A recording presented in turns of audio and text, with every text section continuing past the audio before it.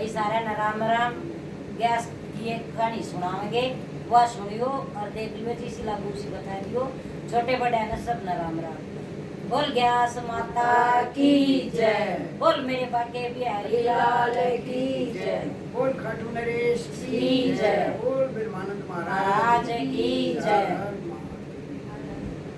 श्री भीमसेन बोले, हे पितामह, भ्राता युधिष्ठिर, माता कुंती, द्रौपदी, अर्जुन, नकुल और सहदेव आदि एकादशी के दान व्रत करते हैं और मुझसे एकादशी के दिन अन्न खाने को मना करते हैं।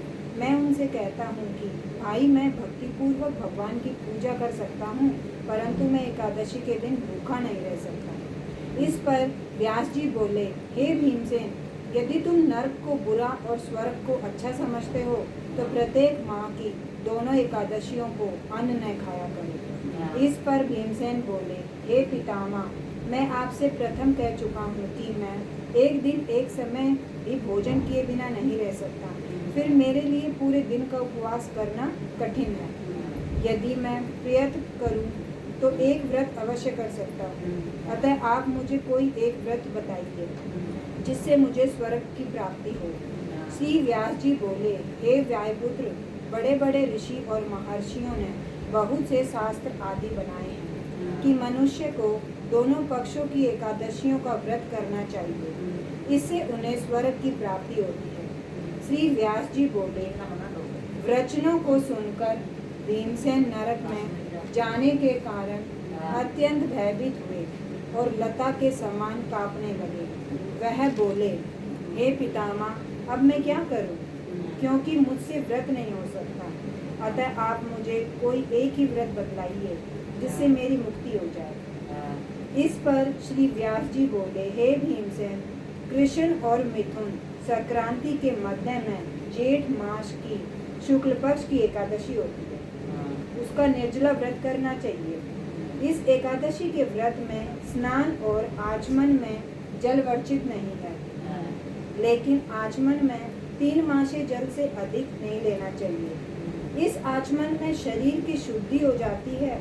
आचमन में 7 मासे से अधिक जल मगपान के समान है। इस दिन भोजन करने से व्रत नष्ट हो जाता है। यदि सूर्योदय से सूर्यास्त तक मनुष्य जलपान न करे तो उसे 12 एकादशी के फल की प्राप्ति होती है। द्वादशी के दिन सूर्योदय से पहले ही उठना चाहिए और स्नान करके ब्राह्मण को यथायोग्य दान देना चाहिए। इसके पश्चात भूख ब्राह्मण को भोजन कराना चाहिए, तत्पश्चात स्वयं भोजन करना चाहिए। इसका फल संपूर्ण एकादशियों के फल के बराबर है। हे भीमसेन, स्वयं भगवान ने मुझसे कहा था कि इस एकादशी का पुण्य समशत तीर्थों और दानों के पुण्य के बराबर है। एक दिन निर्जल रहने से मनुष्य पापों से मुक्त हो जाता है। जो मनुष्य निर्जला एकादशी का व्रत करते हैं उनको मृत्यु के समय भयानक यमदूत नहीं दिखते हैं। उस समय भगवान विष्णु के यमदूत स्वर्ग से आते हैं और उनको पुष्प विमान पर बिठाकर स्वर्ग ले जाते हैं। अतः संसार में सबसे श्रेष्ठ निर्जला एकादशी का व्रत है। अतः यत्न पूर्वक इस एकादशी का निर्जला व्रत करना चाहिए।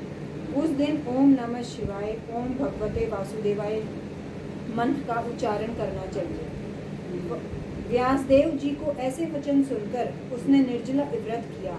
इसी एकादशी को भीमसेनी या पांडव एकादशी भी कहते हैं। निर्जल व्रत करने से पहले भगवान की पूजा करनी चाहिए और उससे विनय करनी चाहिए कि दूसरे दिन भोजन करूँगा, मैं इस व्रत को श्रद्धापूर्वक करूँगा, इससे मेरे सब पाप नष्ट हो जाते हैं।